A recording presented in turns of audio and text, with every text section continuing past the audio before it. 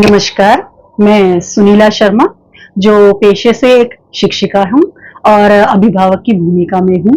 तो आज मैं आप सबके समक्ष जो भारत टीवी द्वारा आज की शिक्षा कल का भविष्य एक विषय पर अपने विचार प्रस्तुत करने के लिए आपके समक्ष उपस्थित हुई हूँ। और मैं उम्मीद करती हूँ कि जो विचार मैं आप सबके सामने रखूंगी तो आप उस पर टिप्पणी अवश्य करें, ताकि मुझे भी एक दिशा मिल सके कि जो सोच, जो विचार मैं आपके सामने ला रही हूँ वो आपके लिए कितने सहायक हैं, या समाज में उनसे अगर हम उनको अनुसरण करें तो कितना बदलाव आ सकता है। तो आज मैं अगर शिक्षा को देखूं तो शिक्षा क्या है, एक हमारा संपूर्ण जो व्यक्तित्व है शिक्षा पर ही आधारित है। शिक्षा अगर देखें तो बच्चा कैसे लेता है, जन्म से ही पैदा होते ही आप देखेंगे शिक्षा पहली गुरु उसकी माता होती है। चलना सीखता है, बोलना सीखता है, खाना सीखता है, फिर वो समाज के विभिन्न व्यक्ति जो रिश्तेदार हैं, माता पिता और भी माता पिता के जो रिश्तेदार, सबसे कुछ ना कुछ सीखता रहता है, उसका व्यक्तित्व का निर्माण होता रहता है। पर ये अपने आप में एक अधूरा है, क्योंकि बिना स्कूली ज्ञान के तो उसके व्यक्तित्व को, उसका जो निर्माण होना है वो अधूरा ही रह जाएगा। तो हमें उसके ऊपर कैसे समुचित उस बच्चे का विकास हो, कैसे ध्यान देना है। आज अगर मैं देखती हूँ शिक्षिका के तौर पर बहुत सी पेरेंट्स पीटीएम्स होती हैं, तो उसमें मैंने क्या महसूस किया कि माता पिता क्या है, दोनों भी वर्किंग हैं। और वर्किंग होना ये भी अपने आप में समझ में आता है, क्योंकि आजकल महंगाई इतनी है कि एक की कमाई से घर का गुजारा भी संभव नहीं है। तो उन्हें वर्किंग होना ही पड़ता है, ना चाहते हुए भी होना पड़ता है।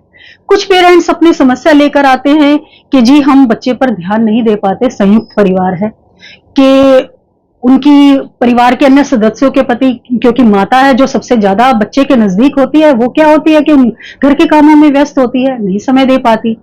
कुछ क्या होता है कि माता पिता मोबाइल्स में या सोशल उसमें ज्यादा इतने एक्टिव हो जाते हैं कि बच्चे की तरफ ध्यान नहीं दे पाते।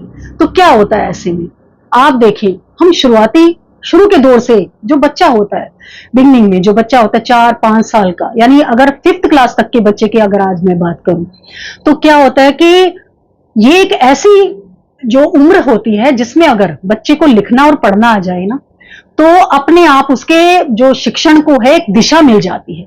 क्योंकि अगर लिखना आ गया और पढ़ना आ गया तो क्या होता है कि बच्चे की अंडरस्टैंडिंग लेवल बढ़ती है, लर्निंग ऑटोमेटिकली बढ़ जाती है।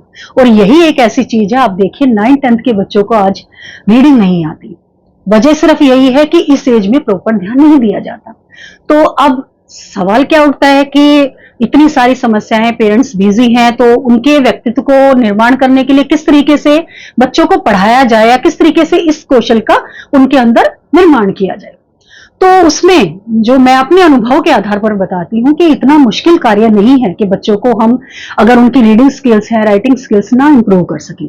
मात्र अगर आप हर रोज आधा घंटा, 10 मिनट, 15 मिनट इतना भी दे दें तो बच्चे के विकास आराम से हो सकता है। करना क्या है, सभी माताएं खाना तो अवश्य बनाती हैं, तो नेचुरल है। अगर वर्किंग है तो इवनिंग टाइम होगा उनके पास, और अगर घर में होंगे तो उनको तो सुबह और शाम बनाना ही है। तो अगर बच्चे को अगर वो पूरे दिन में नहीं दे सकती, उन्होंने ट्यूटर्स के हवाले अपने बच्चे को दे रखा है, तो सबसे पहली बात ट्यूटर पर आप नियंत्रण रखिए, ध्यान रखिए।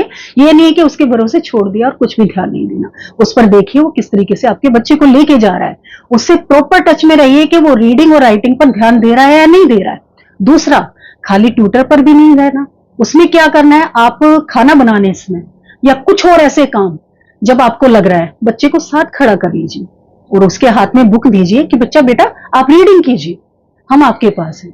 तो आपका क्या है, आपको स्पेशल टाइम नहीं देना, अपने उसी टाइम को यूटिलाइज करना है, टाइम मैनेजमेंट करना और कुछ नहीं करना।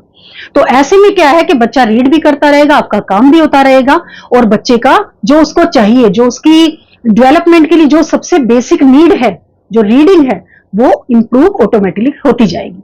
और दूसरा, राइटिंग को कैसे इंप्रूव करेंगे, उसके लिए आप बच्चे को एक राइटिंग का पेज डेली करवाइए। एक नहीं करवा सकते, 5 लाइन्स जरूर करवाइए, और एक टाइम बाउंडेशन देकर कि आपके पास इतना टाइम है और उसमें आपको ये कंप्लीट करना है। और ऐसा करने से क्या है, एक तो वो नियत समय में उस चीज को करना सीखेगा, और दूसरा ऑटोमेटिकली उसकी राइटिंग भी इंप्रूव होगी, और आप भी अपने बच्चे से एक आपकी बॉन्डिंग, एक कनेक्टिविटी बनी रहेगी, जो आगे जाकर आप माने या ना माने एक अभिभावक के तौर पे भी कहूंगी, शिक्षिका के तौर पे भी कहूंगी। आगे आने वाले समय में आपको देखेंगे, आप इस चीज को महसूस करेंगे कि सिर्फ इतना समय देने से उस बच्चे के जो शिक्षा को ग्रहण करने में आपने कितना बड़ा योगदान दे दिया। तो आज मैं सिर्फ इसी विषय पर अपने विचार रखने के लिए आपके सामने आई हूं और उम्मीद करती हूं आप अपनी टिप्पणियों द्वारा मुझे बताएंगे कि आपको ये कैसा लगा और ये आपके लिए कितना सहयोगी हुआ, कितना हेल्पफुल रहा। धन्यवाद।